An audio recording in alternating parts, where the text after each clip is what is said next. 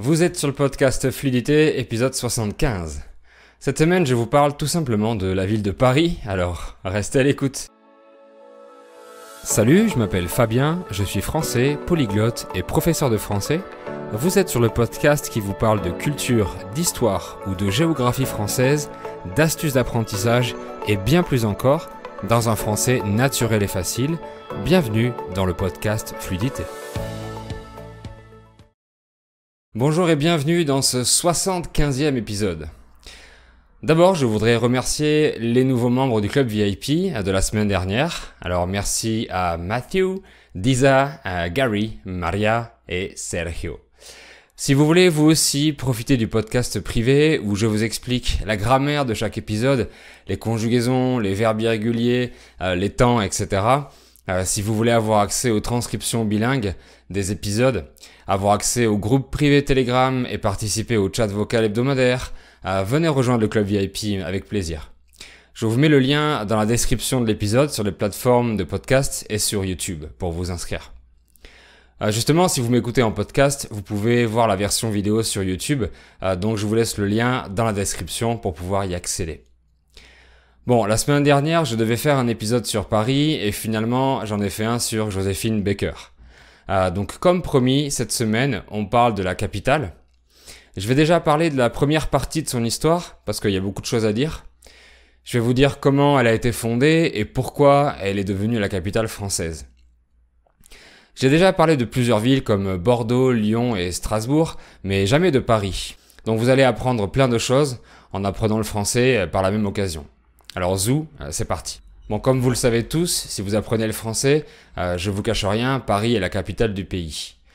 Ce que vous savez pas, c'est que Paris est en fait un département qui porte le numéro 75, comme cet épisode, et c'est le hasard total. Et ce département est dans la région Île-de-France. Donc la France est découpée en régions, qui sont elles-mêmes découpées en départements, avec des numéros.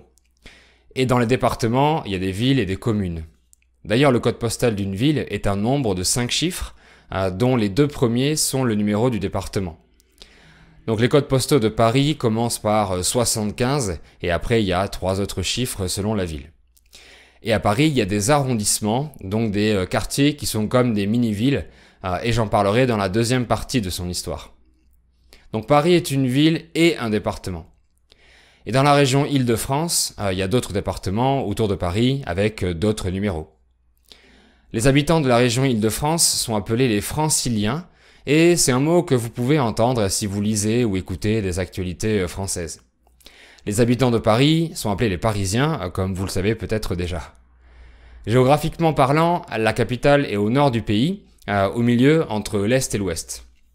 Et petit rappel sans doute, le fleuve qui coupe la ville en deux d'est en ouest s'appelle la Seine.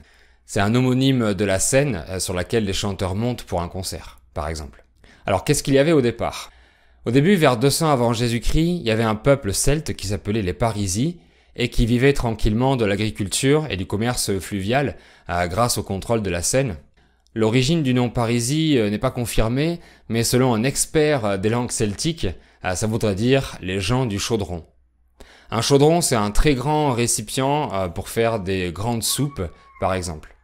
Bref, ce peuple vivait tranquillement quand les Romains sont arrivés en 53 avant Jésus-Christ pour envahir le pays, qu'ils appelaient la Gaule. Donc les Romains disaient qu'on s'appelait les Gaulois. Les Parisiens ont lutté contre les Romains en mettant le feu à la ville, mais sans succès. Les Romains gagnent contre les Parisiens et ils commencent à construire la ville qu'ils appelaient Lutèce à l'époque, dans la partie au sud de la Seine. Donc environ à partir du 1er siècle après Jésus-Christ, ils construisent une grande ville avec des arènes, une grande place publique appelée Forum et des rues perpendiculaires très organisées.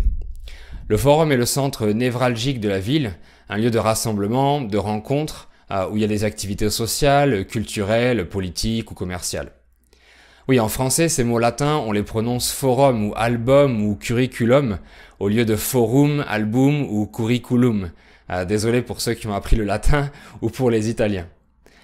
À Lutèce, il y avait aussi un théâtre et des thermes, donc des bains publics. D'ailleurs, les thermes étaient très grands et ils sont encore conservés de nos jours. Ils sont plus en service bien sûr, mais vous pouvez les visiter au musée de Cluny. À la fin du IIe siècle, Lutèce se développe bien et a environ 10 000 habitants.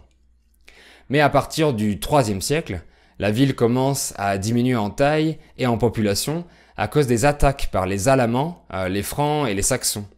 On y construit des remparts tout autour pour protéger la cité romaine et le peuple migre du côté nord de la Seine. Après de nombreuses batailles, en l'an 357, l'empereur Julien gagne contre les ennemis et vient se reposer à Lutèce, et c'est là qu'il est proclamé empereur Auguste d'ailleurs. Les habitants commencent à appeler Lutèce Urbs Parisiorum, qui veut dire la ville des Parisis, et c'est vers la fin de ce IVe siècle que la cité est renommée Paris. Ensuite, on arrive au Moyen-Âge, à partir du début du VIe siècle, vers l'an 500 environ. Clovis, le roi des Francs, reprend la ville aux Romains et décide de s'y installer. Il va donc déclarer Paris comme capitale du royaume des Francs en 508. Ensuite, on entre dans une période moins glorieuse pour la ville. Après la mort de Clovis, l'empereur Charlemagne devient à son tour roi des Francs en 768 et décide de transférer la capitale à Aix-la-Chapelle, plus au nord. Paris perd de son pouvoir et de ses défenses aussi. Elle se fera attaquer 4 fois par les Vikings qui vont la piller et la saccager, comme on peut voir dans la série Netflix d'ailleurs. Le roi de l'époque, Charles le Chauve, devra payer une certaine somme d'argent pour que les Vikings abandonnent Paris. À partir des années 1100, Paris sera gouverné par la dynastie des Capétiens, les derniers rois de France. On agrandit peu à peu la ville, majoritairement au nord de la Seine, et on construit beaucoup d'abbayes, d'églises ou de monastères qui donneront naissance à des bourgs, dont le nom commence par Saint, comme Saint-Germain-des-Prés, par exemple. Un bourg, ça veut dire un tout petit village. Et on construit aussi le très grand marché des Halles, très connu des Parisiens. Sauf que depuis 1970, il a été déplacé plus près du centre-ville, et que maintenant c'est un quartier avec un centre commercial, avec des boutiques, etc. pour faire du shopping. Sur l'île de la Cité, donc l'île qui est en plein milieu de la Seine, l'évêque de Paris décide de faire construire une très grande cathédrale. Sa construction commence en 1163 et va durer 2 siècles. Et je pense que cette cathédrale mériterait un épisode du podcast parce qu'elle a récemment connu un grand problème. Je vous laisse deviner de quelle cathédrale je parle. Évidemment de Notre-Dame de Paris. Elle devient l'une des plus grandes cathédrales de l'Occident chrétien. Donc Paris prend de l'ampleur et s'agrandit encore. Mais la ville est menacée par les Anglais, donc le roi Philippe Auguste décide de faire construire, vers la fin du XIIe siècle, une muraille tout autour de la ville et la citadelle du Louvre, au bord de la Seine, pour surveiller le fleuve. Si vous voulez en savoir plus sur le Louvre, vous pouvez écouter son épisode, le numéro 57. Au début du XIIIe siècle, l'école de Notre-Dame devient très réputée et attire plus de 10 000 étudiants de toute l'Europe. On va alors créer d'autres écoles indépendantes et la plus célèbre sera la Sorbonne. C'est l'école où a travaillé Marie Curie. J'en ai parlé dans son épisode dédié. À Marie Curie, pas à la Sorbonne. À l'époque, on apprenait le latin à la Sorbonne et c'est pour ça que son quartier s'appelle le quartier latin. Quand on est allé à Paris avec ma femme, je pensais que c'était parce qu'il y avait des latinos dans ce quartier, comme pour un quartier chinois par exemple. Mais pas du tout en fait. Donc vu qu'elle est mexicaine, je l'ai emmenée dans ce quartier. Je savais pas et je me suis bien trompé. La capitale est en plein essor, que ce soit au niveau politique ou financier, et sa population augmente énormément. Au début du XIIe siècle, il y avait 25 000 habitants, et elle est passée à 200 000 vers le milieu du XIIIe siècle, ce qui en fait la plus grande ville de France et la plus grande métropole d'Europe. La deuxième était Venise d'ailleurs à l'époque. Philippe Auguste fait construire les quais de Seine et fait paver les voies les plus importantes. Un pavé, c'est comme une brique qu'on pose sur le sol pour construire la route. Mais la ville va être affaiblie par un fléau qui va toucher toute l'Europe, la peste noire. Paris va perdre environ 80 000 habitants, ce qui représente presque la moitié des habitants. Ensuite, il y aura la guerre de 100 ans qui fera aussi beaucoup de victimes, beaucoup de morts. Et j'ai raconté l'histoire complète de la guerre de 100 ans dans l'épisode 68. Et dans la deuxième partie de l'histoire de Paris, on parlera de la période de la Renaissance qui a joué un rôle primordial dans le développement de la capitale. Et ensuite, on ira jusqu'à Paris d'aujourd'hui, donc je vous parlerai des monuments importants et tout ça. Donc on se retrouve la semaine prochaine, samedi prochain, pour parler de la deuxième partie de l'histoire de Paris. N'hésitez pas à me dire vos impressions, à me poser vos questions ou à me donner des suggestions dans les commentaires. Vos commentaires sont les bienvenus. Mettez un like si vous l'avez aimé et si vous êtes sur YouTube.